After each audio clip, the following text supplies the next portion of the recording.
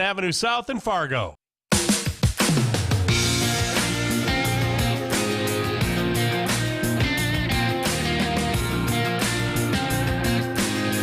And welcome to Weather and Ag in Focus. Thanks for joining us. It is finally Friday, March 31st, the last day of March. We turn the page to April tomorrow. Thanks for joining us. I'm Meteorologist Justin Storm. I'm here as always with Ag Director Bridgette Readel. Do you know what's going to happen next week that we should all be aware of? I know a lot of things, and I know a few things that you should all be aware of, and that is another potentially big winter storm coming into our area Tuesday, Wednesday. And do you know why you traveling we're on those storm? days? Actually, I was going to, and one of my events has since been postponed, so I understand that. They just didn't need my chaos rolling into town, apparently. But actually, I was going to pin this all on our chief meteorologist, Dean Wysocki, because he's coming back next week, and apparently this is on him. So for those of you who would like to send your calls and letters, that's where we'd like you to direct it to. Justin and I are just here to deliver the information on this Friday. Yep. You can send those hate emails to dean.wysocki@flagfamily.com, and please CC me in there so that way I can read them while he gets them too. I'd appreciate that. That's exactly it. Bridgette. If you decide to call, go ahead, Justin. Oh, no. You can finish up.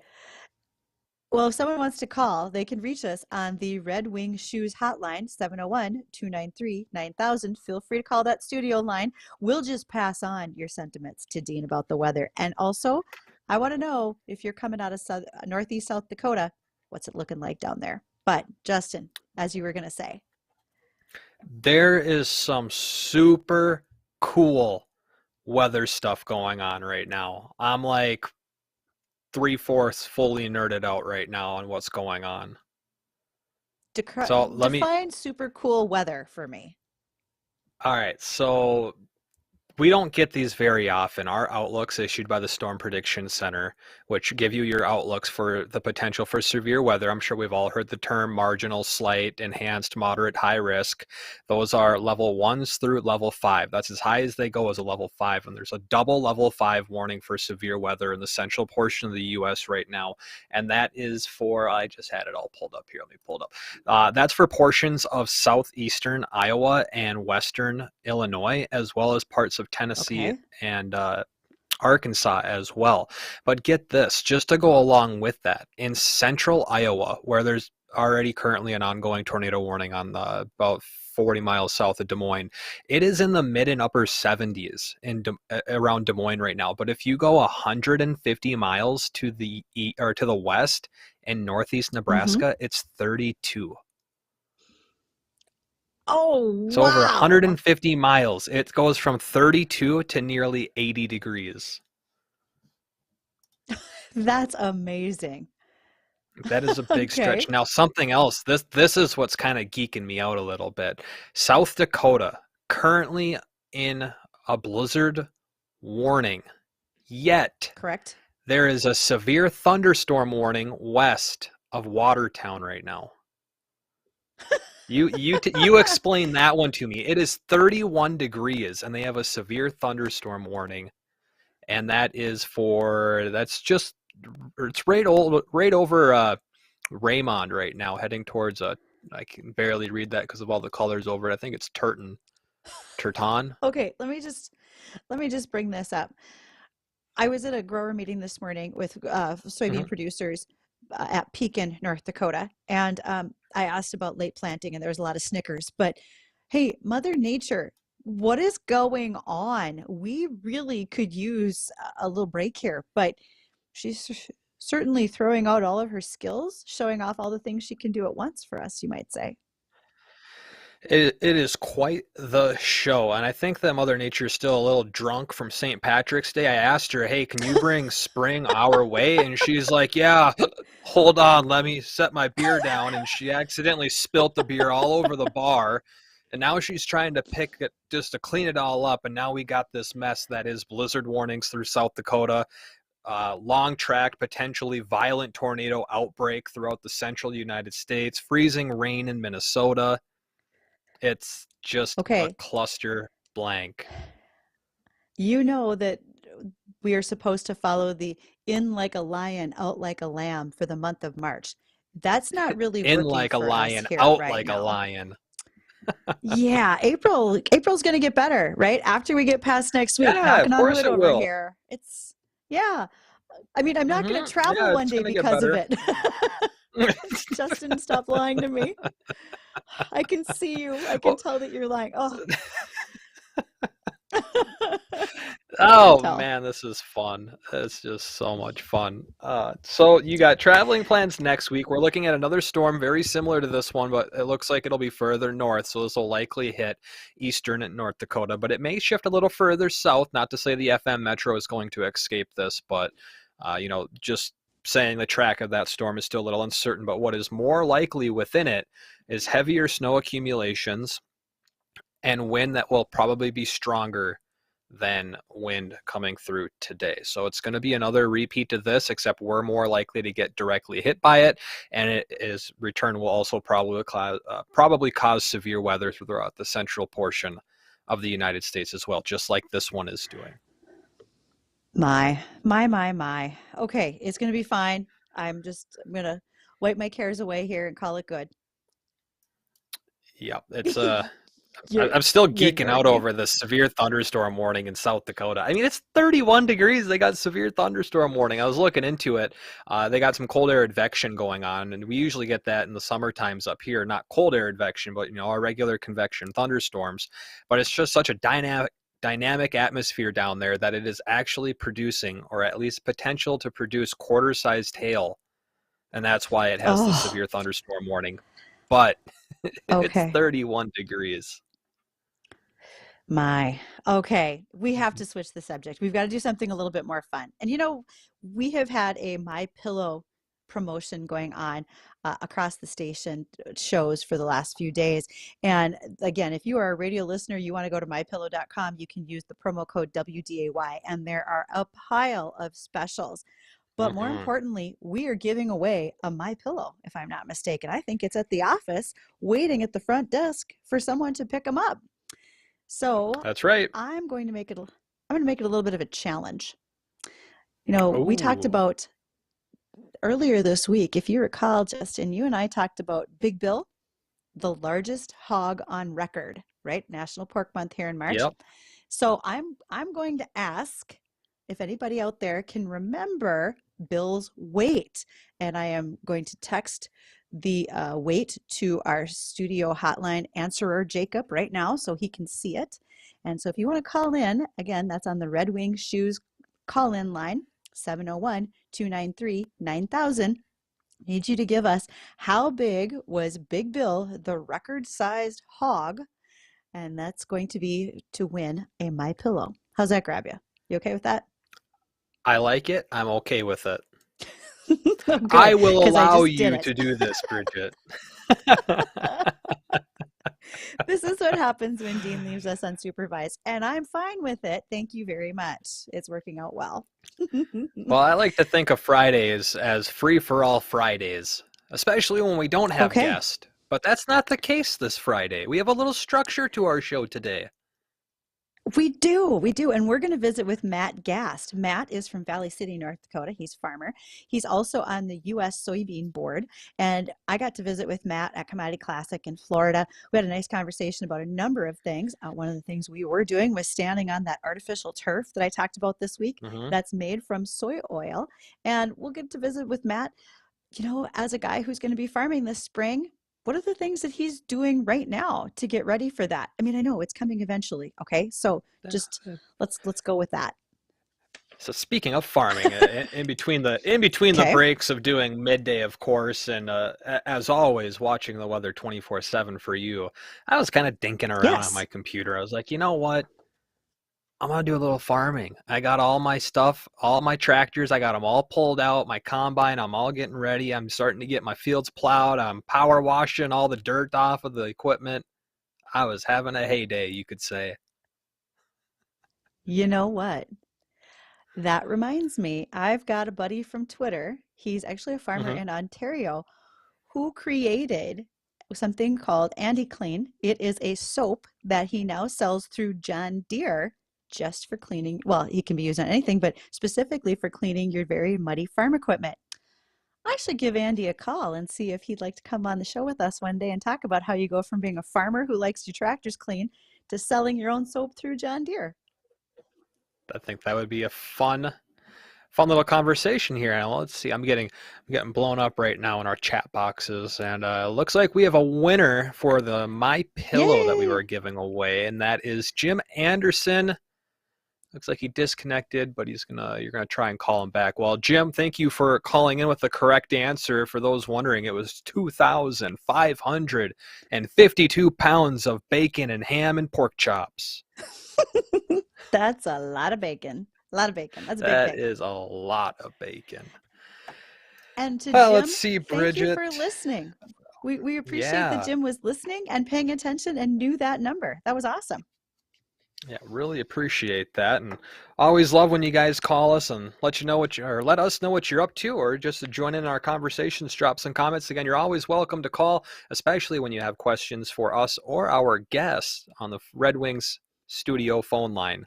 701-293-9000 is that studio line again, and you can always reach us via email during or anytime after our shows at weather or ag@flagfamily.com. And speaking of guests, we're going to get our guest all squared away, so stay tuned. We'll be right back. I'd rather ride a bike with my kids Faster! than ride in an ambulance. I'd rather have a catch with my dog Curtis than catch pneumococcal pneumonia.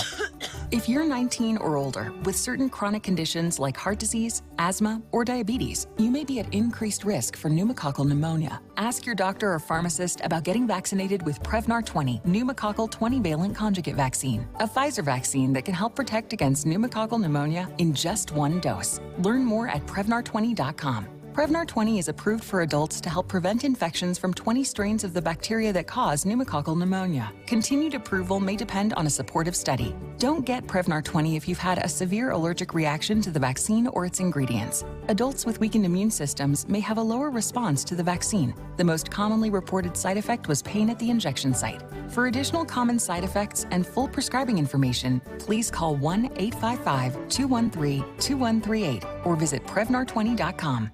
They'll have you laughing right along with them. They're Bonnie and Friends. Real masquerade party? I think I would do it. I would too. Who would you go as? I don't know. Because you got to really do it up on it. I can't carry that off. I'd have like a mask that you hold in your hand with sparkles on it and like a little foo-foo with feathers coming out of my head. No. I wouldn't look like anybody. Somebody out there could dress you to the nines in a costume and nobody would know until you open your mouth. Of course, they'd know it was you.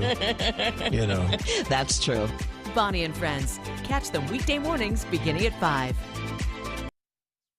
Non-attorney paid spokesperson.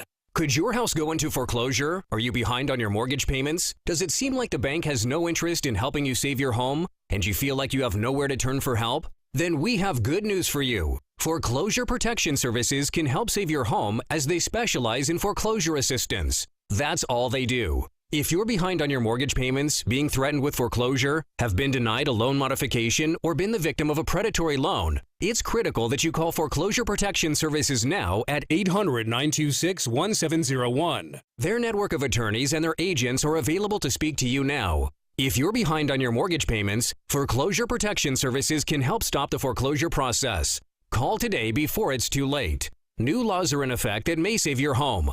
Call Foreclosure Protection Services now at 800-926-1701. 800-926-1701. That's 800-926-1701.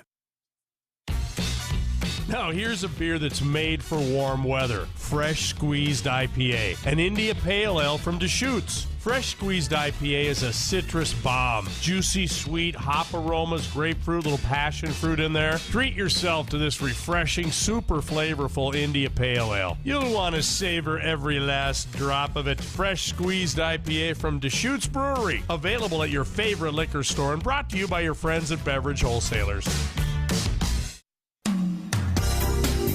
Why do we see so many Subarus on the roads around us? Because drivers trust Subaru's safety and reliability. According to Kelley Blue Book's KBB.com, Subaru is the most trusted brand for 8 years running. Claim one of our incoming new all-wheel drive Subaru models, and you could be enjoying that reliability sooner. Muscatel Subaru, located just off the interstate in Moorhead, or online at muscatelsubaru.com. Subaru, built to last.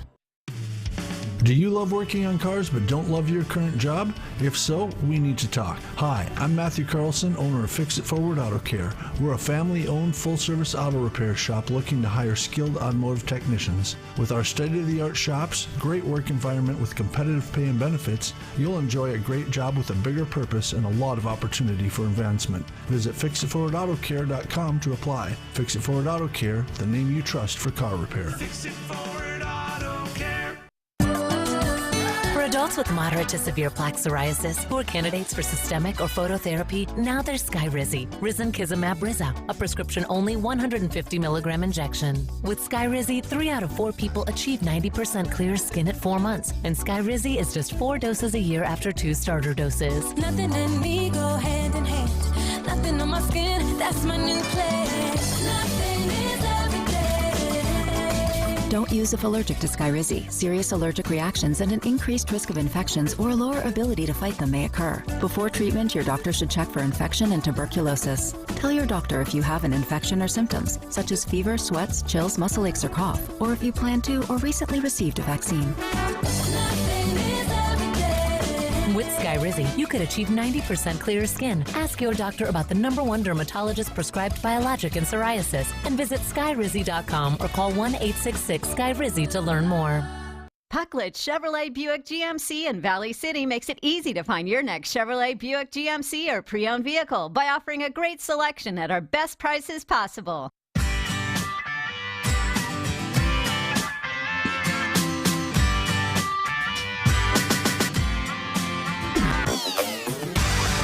And welcome to WDAY Weather and Ag in Focus. Glad you are so joining us today. Justin and I are happy to see you, especially on a bit of a free-for-all Friday as we have any topic we'd like to.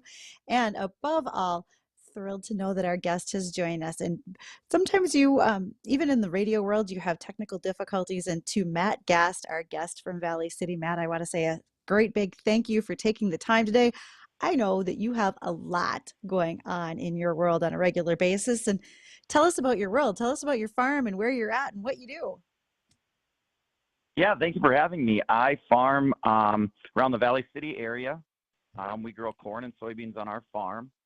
It keeps us busy, throughout the year hauling corn. And something that really keeps me busy is my time on the United Soybean Board. That keeps me quite busy throughout the year. That I do know. And Matt and I got the chance to run across each other when we were at Commodity Classic in Florida at the start of March, because Commodity Classic is the world's largest indoor farm show, and especially here, I should say probably the US's largest. And we see all the commodity groups get together: corn, soybeans, sorghum, and even the wheat growers. So Matt, with US Soybean Board, what was your mission while you were at Commodity Classic? What were the things that you were really focusing on? Well, we're always looking to add value at the end of the day to the 515,000 soybean farmers across the country.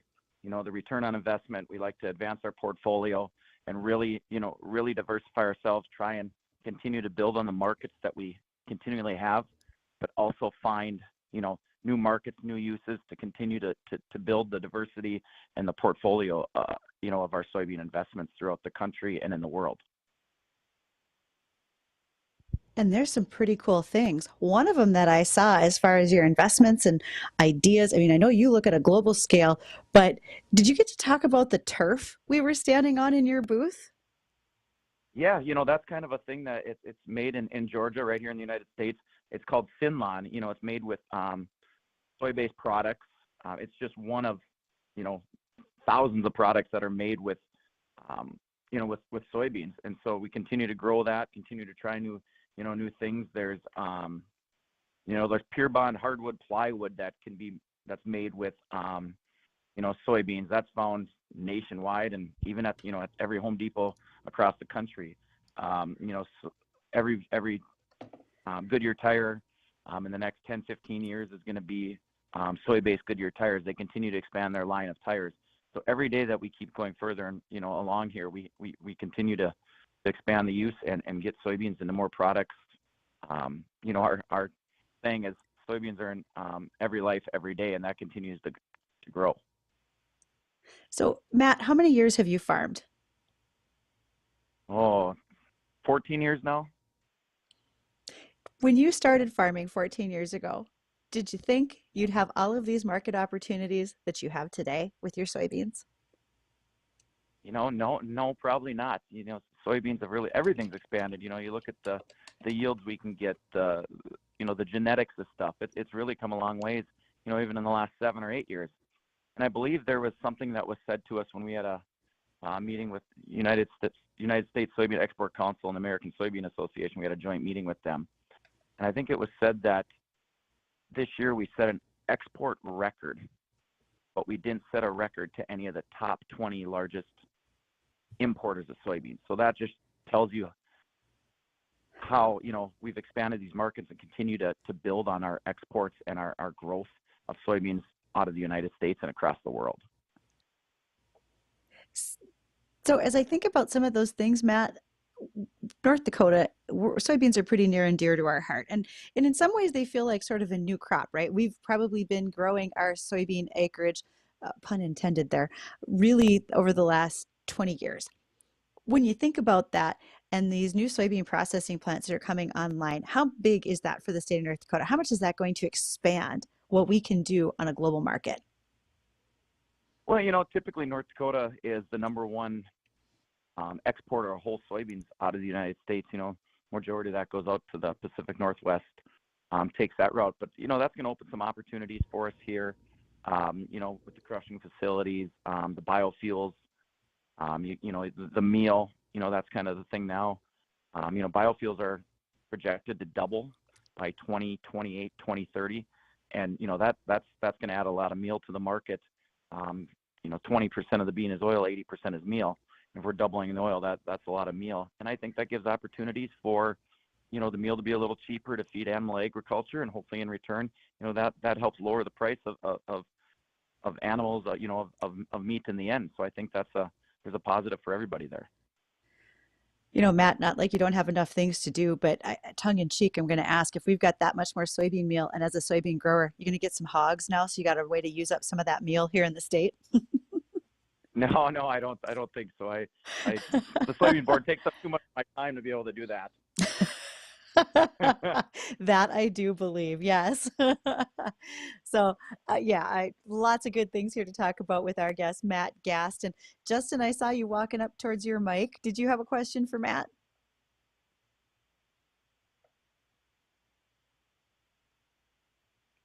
I feel like I lost everybody. There you are. I wanted to know, Bridgette, we've talked about this before, and it was biofuels for jets. Was that a South Dakota company that was doing that?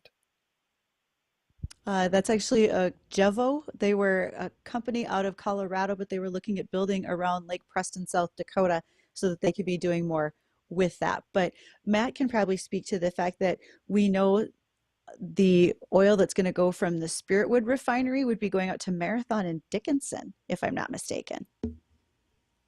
Yeah, yep, that is correct. That they have a contract. I believe they have a contract with them out there, and that's where I think all that's going to go is out to Marathon out in Dickinson to really help. And there's still some people in areas of the state that have a tough time getting some biofuels, and so I think this will really open up our opportunities for those farmers to maybe to build off of using that biodiesel. We've been out in Portland and toured out there. All their city buses are on biodiesel, so it's really expanding into these markets, and people are seeing the benefit of it. And the thing you were talking about was for jets of sustainable aviation fuels. That's kind of a new topic, something that's kind of starting to take off. It'll be interesting to see where that goes in the coming years here. Well, if it does end up taking off, it'll just be an even greater demand for soybeans and other forms of the biologicals. Matt, this has been really interesting, and I'm looking forward to continuing this conversation, but we're going to hit bottom of the hour. So if anyone wants to join in on this conversation, ask a question, feel free to reach us on the Red Wing Studio phone line here for Weather and Ag in Focus. That's 701-293-9000, or you can send us an email, weatherorag@flagfamily.com. When we come back, we'll pick up this conversation. We'll touch a little bit more on what we've been talking about. And Matt, we've had a couple members on before, and I'm still a little confused. So I'm hoping you can maybe give me a reminder or a refresher of what the United Soybean Board is and what you guys do. So when we come back, we'll get all of that answered and your questions. So we'll be right back. Oh, can you imagine a stress-free Sunday with family, friends, fun, and food? You can have it when you make Barron's your new Sunday brunch headquarters. Experience a brunch like nowhere else. Your kids will love the customizable waffle bar, fresh scrambled eggs, thick-cut bacon, and much more. Plus, while Mama sips on a mimosa, you can wear out the kids in the arcade at Kingpin's. For a stress-free Sunday, mention My Brunch Headquarters and receive 20% off brunch at Barron's. Make your Sunday stress-free, filled with great food, no cleanup, and most importantly, where family, friends, fun, and food come together for brunch at Barron's. Go to brunchatbarons.com. Again, brunch at BARONS.com. And don't forget to mention My Brunch Headquarters for 20% off and experience your stress-free Sunday at brunchatbarons.com. Brunch at Barron's, located inside Kingpin's off I-29 and 52nd Avenue South in Fargo. Now is the perfect time to upgrade your kitchen with new appliances from Regal's. Get up to $2,000 back on select GE Profile appliances now through June 1st, featuring the latest smart home technology, providing a simpler and smarter cooking and cleaning experience. Smart technology meets unbeatable prices, plus free delivery and free recycling of your old appliances. Find out why for over 75 years Regal's has delivered value. Regal's, 609 Main Avenue, Moorhead. What do eyewear and weather have in common? Join us for the Aspire Optical Eye on the Sky weekly weather forecast to find out. Each Tuesday morning, Dean Wysocki, Justin Storm, and myself, Ashley Freeborn, owner of Aspire Optical, will bring you the 7-day forecast. You never know where we'll be or how it will be presented, but we promise to bring you the most accurate forecast this side of the Red River. And learn how you can save big on eyewear from Aspire Optical. Watch the Aspire Optical Eye on the Sky weekly weather forecast on our Facebook, YouTube, and Twitter pages. Trust us, this is weather and eyewear like you've never seen. Foston Tri-Co-op is hiring an agronomy manager. Must have sales and agronomy experience, able to sell crop protection, fertilizer, and chemicals. College degree in agronomy or equal experience is preferred. Enjoy competitive salary and benefits including health, long-term disability, dental, life insurance, HAS, paid vacation, and retirement match and profit sharing. Email resume to jen.howard@fostoncoop.com or call 218-435-6919 and ask for Brent. Foston Tri-Co-op, hiring an agronomy manager, and it could be you. Are you looking for a summer internship? If so, you are in luck. Mindak Farmers Cooperative, located in Wahpeton, North Dakota, is looking for summer interns in electrical and instrumentation with the opportunity to expand into full-time employment. For more information, call 701-671-7777 or apply now online at mdf.coop/careers. That's mdf.coop/careers. A little slice of the country, still close enough to the city. A quick 30-minute drive north of Fargo will have you living the life on a beautiful 10 acres. This property checks all the boxes. Rows of gorgeous mature trees. Check. 3 bedrooms, 2 bath. Check. Large metal outbuilding and hay barn. Check. Did someone say chickens? Check. Check. Schedule your showing today at nancykellyrealty.com or dial 701-306-0486. Dakota Valley Electric Cooperative knows it's tough out there. Please keep safety in mind as you go about clearing snow, especially when you're using heavy equipment. These big green boxes, enclosures, and transformers, they're energized with 7,200 volts of electricity. That's 30 times stronger than the voltage that powers your home or your farm shop. So please be careful to avoid damage to equipment, or even worse, catastrophic injury to yourself. Supporting safety on the air because they care are your friends at Dakota Valley Electric Cooperative.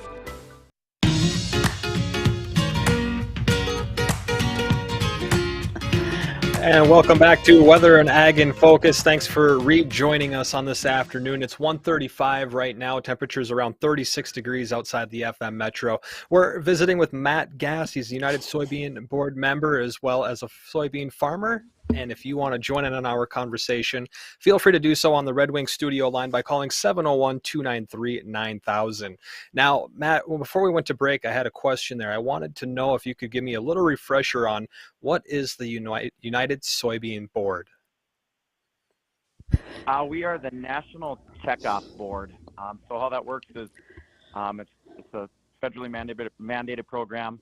1/2 of 1% of every dollar that's brought into an elevator gets taken out for the checkoff. The state gets to keep half of that, and then any state that's a member, or half of that, half what they take in then goes to the national board, which is United Soybean. I see. So what's your favorite? Continue. Oh, we use that for research, promotion, trying to find new uses for soybeans. Just given the return on investment to the soybean farmers across the country. Currently, for every dollar that a farmer puts into the checkoff, they see roughly $12.34 return on investment. So we're pretty proud of that number. What would you say to people that are maybe against the idea of the checkoff dollars? And you would kind of just answer that a little bit. For every dollar that you put in, you're seeing $12 back in return. But we've still heard from comments and other people that I feel like I should have the option to opt out of the checkoff dollars. Yeah, we just use it as a great opportunity to continue to build, on the soybeans and to find new uses and continue to help add value to the dollar of the soybean. And that's our main focus. That's our main goal. We don't do any lobbying, any political work. That's our counterpart at the American Soybean Association. They're the ones in DC fighting for, farmers, stuff like that, and regulations, and or the North Dakota Soybean Growers Association. They're the ones at the state capitol in Bismarck. So there is a difference between there. With the checkoff dollars, we're not allowed to do any policy, any lobbying, any things like that. It's strictly research and promotion. I see. And going back to the United Soybean Board, can anyone become a member? Is there an application or a process that you have to go through to become a member of the board? Yeah, each state, it's based off production. 4 is the most members that you can have from one state. North Dakota has 4 members. You can serve 3 3-year terms. So every 3 years you have to go through the reappointment process or the process to get appointed. Through the state level, there's they do a interview process, and then the state board puts the nominations forward of the main and then the alternate, and then from there it goes to USDA in Washington DC, and then it goes through their channels and their avenues, and eventually USDA, the Secretary of Agriculture, makes those appointments. What would you say has been the most rewarding thing or your favorite thing about your time with the United Soybean Board? Just understanding the places that our beans go, the things that they're used for. Before I was on any type of soybean board, I had no clue about all the products that soybeans were in. The uses of them, the things that we can do with them. That's just something I had no clue about, and I think it's opened my eyes a little bit to how valuable they are and how important it is to continue to find new uses for them, new markets, and continue to promote them, not only in our country but across the world. That's super cool. So I want to ask a question, Matt, and Justin kind of led into this with what's been some of the most eye-opening experiences you've seen, but you're probably getting a ground level view of projects that could be moving forward with some USB funding, with markets that are opening up. Is there one in particular that's really got you excited that you're like, man, I can't wait until this comes to fruition, or I'm really proud that we already got it there? There's so many projects that we have. We put a lot of value into them. The partnerships that takes us a long way. The partnerships with Goodyear, Skechers is now using soybean oil in trying to get it across all their lines of shoes. So it's something that people might not understand that it's in, and we're proud of that. Our continued work with USEC and the WISH program and, these emerging markets and getting these markets going, that's valuable to have those partnerships and work with those organizations as well to continue to, promote the bean and just continue to find new projects and uses. But they're all exciting in a different way. There's one of the things I think that can be a big thing going forward is high oleic soybeans. Currently this year, they're projected to be about 800,000 acres of high oleic soybeans. And then the next couple of years, that number is projected to hopefully be around 3 million acres of high oleic soybeans. Wow. Sheesh. Wow. Matt, we've talked a handful of times about some of the products that the soybeans and the byproducts of soybeans have been going into, like you had just mentioned with Skechers shoes. Bridgette was talking about the turf that was using soy oil. We're talking about different forms of biofuels, insulation around wiring, in the tires. I might be putting you on the spot a little bit on this question, but do you have any other examples that are like, wow, I had no idea that soybeans or soybean oil was used in this product? Because it seems like this list that we've been putting together is just never ending. Yeah, there's a few things. There's actually, I know Alaska has been using soy-based road paint for their highways up in Alaska because it's really way more environmentally friendly. Yeah, so when it runs off into their waterways or into the anything rivers up there, it's not near as harmful for the environment up there. We got a dust, to keep dust down on gravel roads. That's a soy-based product, and it's it's just a better product for the environment. And so there's things like that we continue to find and grow. And the high oleic soybeans, that they're finding that that oil, it can be used to make biodegradable plastics and things along that line. If we've all gone on vacation and you go to have a drink somewhere, and you have a plastic straw or a paper straw, how annoying those are. Well, now there's biodegradable straws that are made out of soybean oil, and so it's continuing to grow to things like that. Favorite things that you all are doing really is cool. with that plastic. That's very cool. Yes, I like that a lot. Well, there's been such a big push to get rid of straws, with Save the Turtles and everyone switching from the plastic straws to either, a biodegradable or a paper straw now. So I had no idea. I didn't know about the road paint. I didn't know about the straws. I mean, I'm just learning new things that soybeans are used for every single day here. Yeah, there's over 1,000 products that soybeans are used in that, are every day. And so it's continuing to grow, and, we find value on that. We really, we're proud of what we've done to help grow that and to continue to build off of that. So we're excited to see where the future brings us on that. Right. So here's a question for you, and this might be a little speculative and just assuming or guessing or predicting the future of soybeans and the prices of soybeans. But with all these new things that are finding uses with soybean oils or just the byproducts or the bean itself, as well as the push to use a more bio-friendly fuel with the soy oil that we were talking about with the jets and the airlines, where do you see soybeans 5, 10, 20 years down the road as a price? Do you think we're going to continue to see it increasing at a steady pace? Do we think we're going to watch this kind of exponentially grow over the next decade or so? Or do you think we're going to kind of hit a level where it's going to plateau? Well, I think we just got to continue to build on what we're doing. We got to. I'm the supply action team chair for the United Soybean Board. My counterpart, she's from Iowa. She's the demand action team chair. We kind of always go back and forth and joke with each other that, I'll get the supply we'll get the supply on our side if, they can get the demand on our side. So I think they gotta coincide together to continue to build on that. And if we can do that, who knows where we can be with this. And, it's exciting to continue to find the uses, and, it's really hard to say where we can be, but, hopefully when our next return on investment study comes up, hopefully, that it's higher than that $12.34, and we can continue to return that value to the 515,000 U.S. soybean farmers. That's super cool.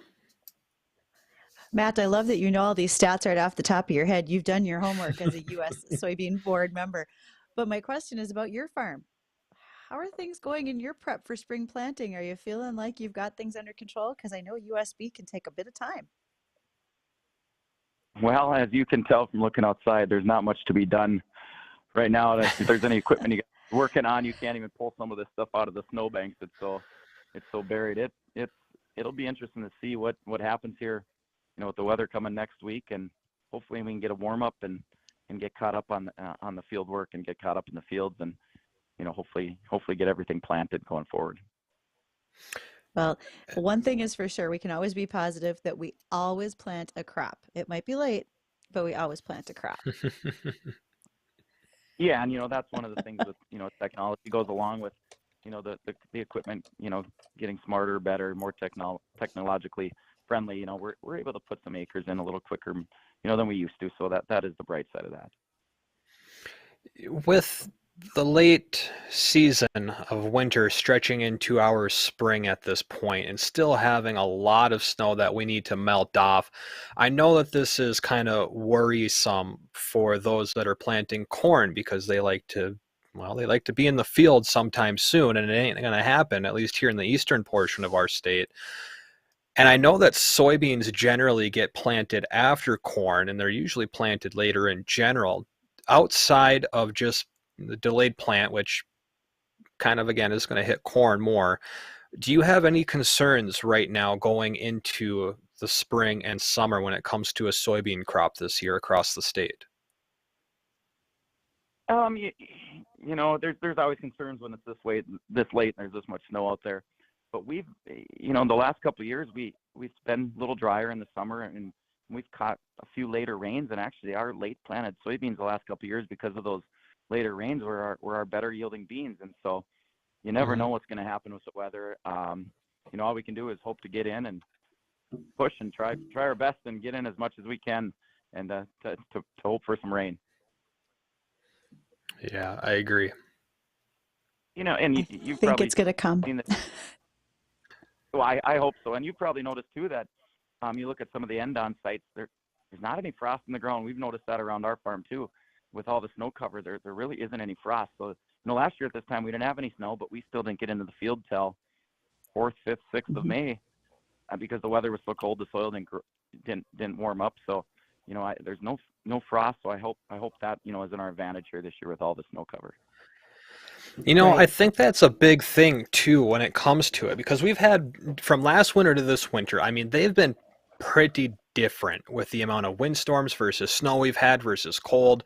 And last year, we got hit with that wet spring, but we also had frost that was 36 inches deep into the ground. And this year, in spots, there's no frost at 8 inches. And that's because all this snow is acting like such an insulator. So I feel like, in a way, even though we have more snow on the ground than we did last year for this time of year, when it goes to melt off, we're going to get through that frost layer relatively quickly, much faster than last year when we had to burn through 3 feet of it. But I feel like that's going to help out a lot when it comes to the flooding potential and allowing a lot of that to drain out into the soil versus just sitting on top of that frost layer and eventually getting into the river system. Yeah, that's something we're kind of, with our agronomists too, we're talking about is maybe hopefully this will replenish some of the soil moisture as it melts. It can soak in through the soil instead of just everything running off, into the ditches or into the sloughs or, waterways or whatever. Hopefully it can replenish some of that soil moisture, and we have good moisture for planting. And the way it's probably going to end up going, it's going to go from these temperatures to 50, 60 like that. And nobody really wants to see that with how much snow is out there. I don't think that's good for anybody. No, definitely not. Just need a couple of weeks of some mild weather. Just slowly melt and freeze at night.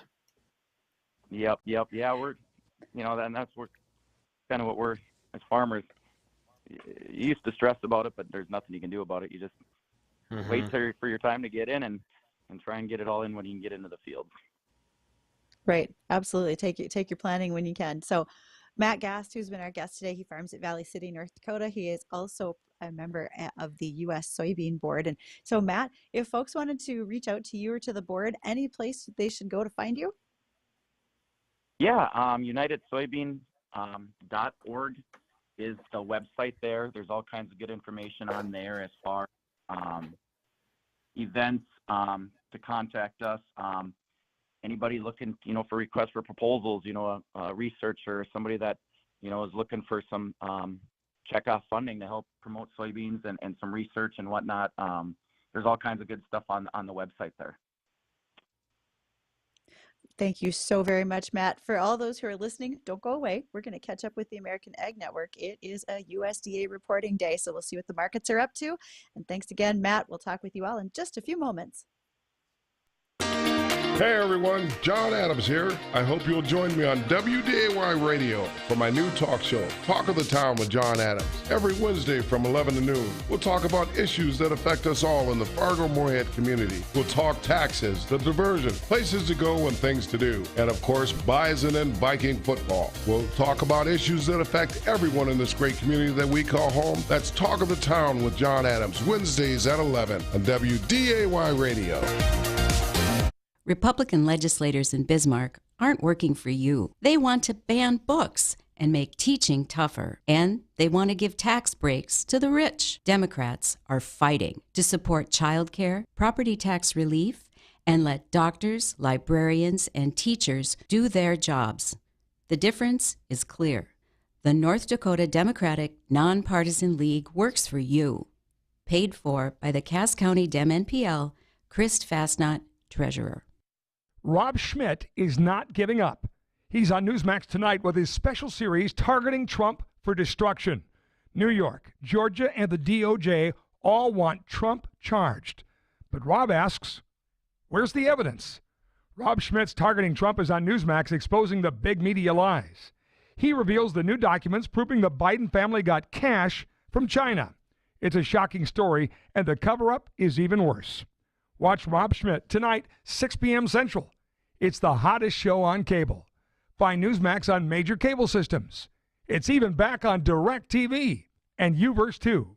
Plus, get Newsmax on Roku, Samsung, Pluto, Zumo, Vizio, and more. Remember to download the Newsmax app free on your iPhone or Android and start watching anytime, anywhere.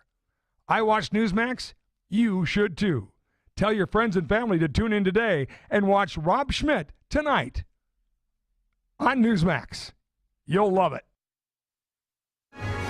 Recapping the USDA reports. This is the American Ag Network. of Jesse Allen with this market update. Talking now with Arlen Suderman of StoneX. Arlen, as we look first at the prospective plantings numbers, what did you see with the March report? What stood out to you with the numbers? A couple of things that stick out to me in that acreage report. First of all, 92 million acres. It's a hair less than that, almost exactly what we anticipated, 92 million acres. The trade was looking for about 1.1 million less than that. They were looking for 90.88 million acres, and this was near the high end of the trade expectations, so that would appear bearish. The soybeans is the other way, 87.5 million acres, essentially no change the previous year. In a year we probably needed to buy a few soybean acres, so that kind of keeps things snug. So from an acreage standpoint, bearish corn, bullish soybeans, and wheat was bearish, with USDA finding about 1 million more winter wheat acres, which is a little bit surprised considering they surveyed for that back in December. Now on the quarterly grain stocks side, it appeared that the quoted soybean numbers came in a bit tighter than expected. Talk about that, Arlen. Absolutely. March 1 stocks coming in about 57 million bushels tighter than the trade anticipated. That's 57 million bushels we really don't have to give, with stocks already being relatively tight from a historical standpoint.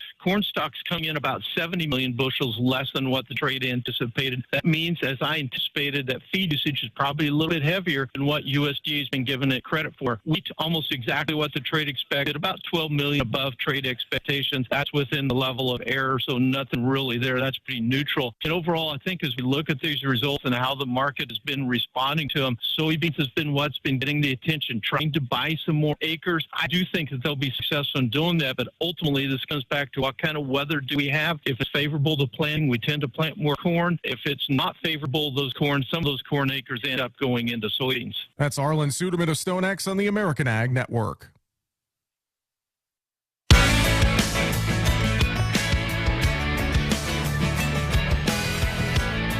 Welcome back to Weather and Ag in Focus. Thanks for rejoining us. It's 1:55 this afternoon. It's a balmy 36 degrees outside. And, you know, Bridgette, I don't even know if I should say this. There's a maybe very slight possibility we could creep up close to 40 today. Okay, but we're not going to get over 40 because we already have too many people voting for us, breaking the record of the most days without hitting 40 degrees. And we have to make that till, isn't it like April 11th in order to make April that 11th, record? yeah. We are not allowed not to hit excited 40. about it. I have forbidden it, because if we hit 40 degrees before April 11th, then what has all of this struggle been for? It's like quitting a marathon on the last quarter mile. You can see the finish line. You're like, yeah, I think I'm done. Okay, can I at least get to like 39 and a half? I mean, come on, please. Hey, 39, it's under 40. We can get that one, but 40 degrees, I don't know. We can't hit that. I won't allow it. At least here in Fargo. Unless you have your can go to fun. Wahpeton. They can have 50s. Because it's so much more tropical in Wahpeton. Got it. Okay, thanks. Speaking of tropical, the tropical breezes on the Red River Valley are to the north right now at 21, gusting to 30, as high as 40 around the area. Why don't we run down this forecast real quick, because we're running out of show, and there's a lot of weather information going on out there. Throughout South Dakota right now, there are some portions that are seeing thunder snow north of Gettysburg, a little bit of some thunder showers, and I guess you could call them thunderstorms in the eastern portion of the state. Believe it or not, there's a blizzard warning in effect for that area, and it's only 32 or 30 to 33 degrees, so they got thunderstorms over there and a past severe thunderstorm warning as well.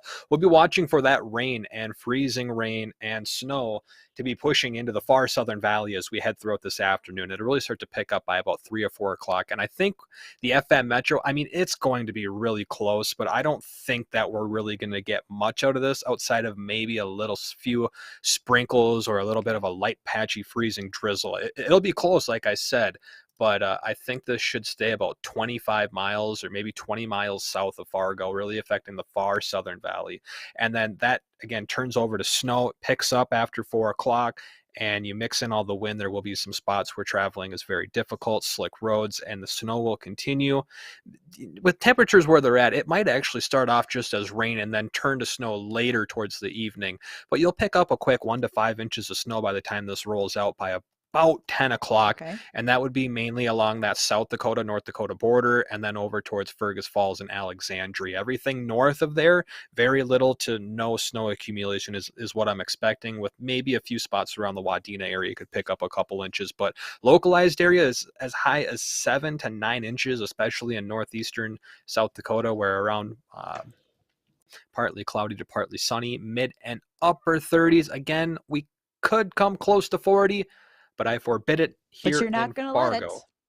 I will not let it, not until we hit April 11th. As for next week, we're still watching another big potential storm, pretty likely up in our area at this standpoint, Tuesday and Wednesday. Strong winds, possibility of heavy snow accumulation. Temperatures will be in the 20s to low 30s most of the next week before we see our next chance for some upper 30s to maybe low 40s next weekend.